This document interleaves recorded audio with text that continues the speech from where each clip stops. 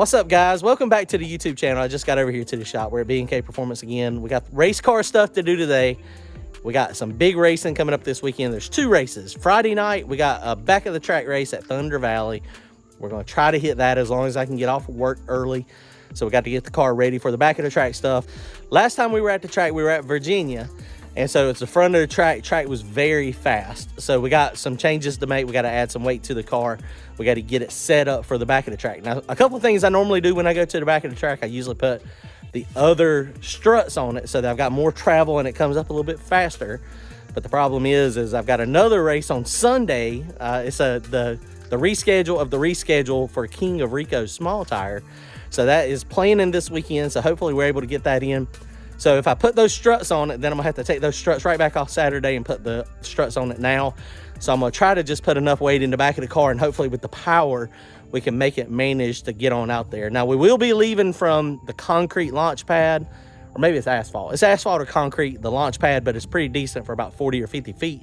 And then it goes off into the crappy stuff where it's very rough. So you can hit it pretty decently hard. So that's what we're gonna be trying on Friday night. So we're gonna try to get it ready for that. Another thing I gotta do today, I gotta verify timing. I bought me one of those cheap Amazon, it's like 60 bucks. It's a self-powered timing light. It uses 2D batteries, so we're gonna see how that works. We're gonna verify timing since we put 36-1 on it, and we're gonna get some weight in it. But don't forget to go to turbojohnracing.com to grab yourself some merchandise. We got those new t-shirts, first round duck. We're gonna try not to be a first round duck. We succeeded at the last race not being a first round duck, so we're gonna try to make that happen again. We'll see what happens though this weekend. It's gonna be interesting. Comment, like, and subscribe.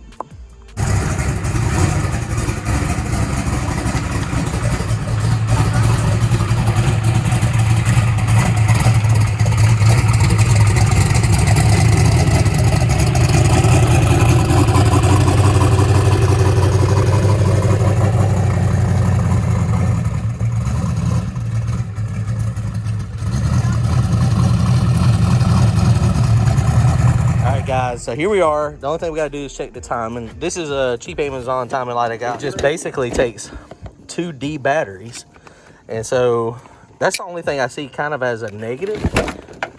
Shoot, well, there's a negative. I just dropped the batteries. Both of the batteries just got out on the floor. So battery powered, but the good thing is you don't have to run, you know, a power line all the way from the front to the back. Brantley's gonna grab my batteries for me.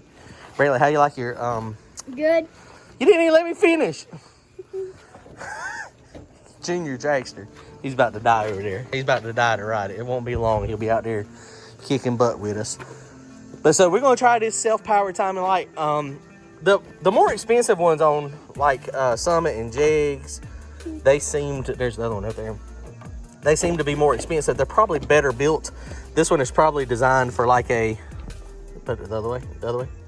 This one's probably designed for like a lawnmower or something, and we're going to try to use it on like a 2,000 horsepower vehicle. So I don't know if it's going to work out or not. We will see if it works out. But it's pretty easy though. I mean, just do that, and then the good thing is this one had a nice little shield on it. Now something else, this one does not have like the arrow for the plug, so I don't know which way it's supposed to go. Maybe it don't matter. I got to imagine it does matter, or the other ones wouldn't have it.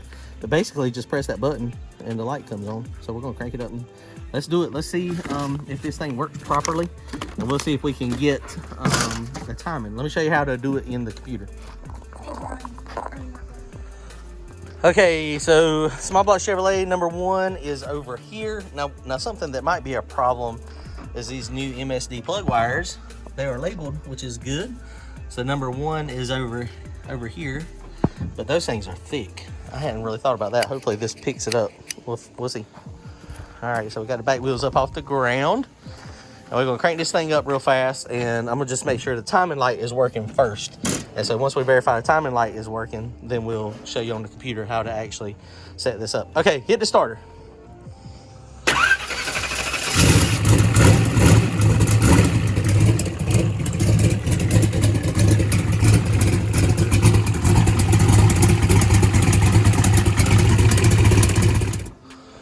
Okay, so timing light seems to be working good. So now we're gonna come over here to the computer. Brantley, flip that switch back up for me, please. So that's the ignition. So So we want to do a static timing check here. Very simple, very easy to do. So you gotta go live with the computer. Now, come over here to the little sync button, pull that down. Let's see if we need to do a TPS auto set. It's still reading 0. I did idle it up a little bit last time, which it was idling kind of low there. Enable static timing check.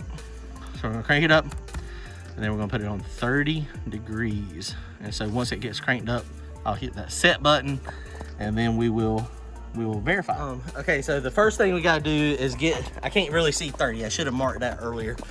So Keith, can you get in there and bump it over for me real fast? The timing light is working. I can see 20 and 22, but my balancer is just not really marked real good. So we're gonna just get Keith in there real fast to bump it over, and then that way we can get it to where I can mark the 30. Okay, bump it. Bump it. Right there, perfect. Okay, so we gotta get this balancer marked. Keith just got in there and got it so we can see it. You can see 30 is just not, it's just not very well marked. So I'm gonna get some paint and we're gonna mark it, we're gonna scribe it so it's a little bit easier to see. I mean, so yeah, I'm gonna mark this and that way we can see a little bit better. Okay, so we got it marked a little better. Took the punch and got in there and took some fingernail polish. And you can see kind of where our line is. So that's 30, and we got a pointer. So we're gonna crank it up. Go ahead and crank it up, Keith. And then we'll.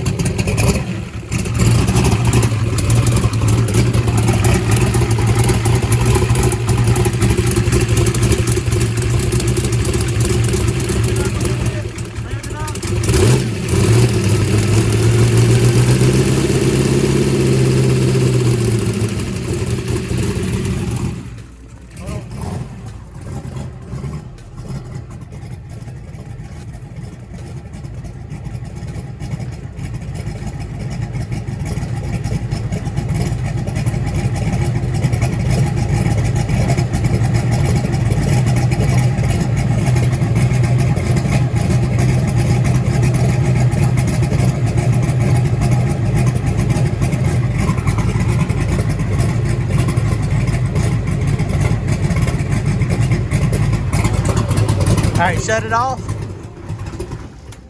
Okay, so it was reading about 32, 33 degrees. So I just went in the computer into the ICF and I took 2 degrees minus 2 degrees out. So you have to cycle the ignition. So he cycled the ignition, is gonna crank it back up, and then we'll set it again and we'll see where it's at. Okay, Keith, go ahead and crank it back up again.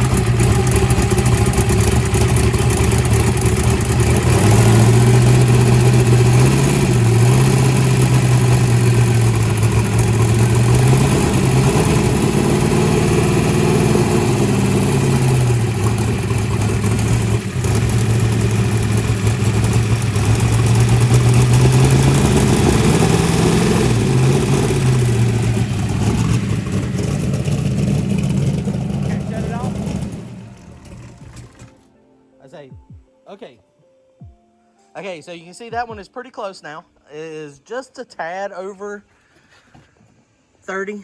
I mean, just a tad. It might be 31. So probably what I'm gonna do is just err on the side of caution. I'm gonna go in there and I'm gonna put -3 on my setup. And then we gotta check the inductive delay. So the inductive delay is a little sketchy. Basically what you have to do when you're checking inductive delay is you have to rev the motor up. Let's do this thing first. So let's do -3 degrees. I hit the wrong button. So ignition, custom, -3. So this inductive delay, while we're in there, we'll keep it there to start with. That normally comes on like 0 or 20. But basically, if you have that on 0 or 20, as you rev the motor up to 4,000, 5,000, 6,000 RPM, the actual timing retards. So the more inductive delay you put in it, the less it retards. So, you know, that's what we're just checking here, is to make sure that it's not retarding a ton. You want stable timing. So that's what we're going to be doing here to make sure that works. Okay, so we're going to check this real fast. We'll get Brandon to hold the camera kind of back over this way, because we do have to rev it kind of high. So we're just going to make sure back wheels are up, and Keith's got his foot in there on the brake pedal anyway, but it's not going to go anywhere. But just in case, you always want to have the wheels up. All right, crank it up, Keith.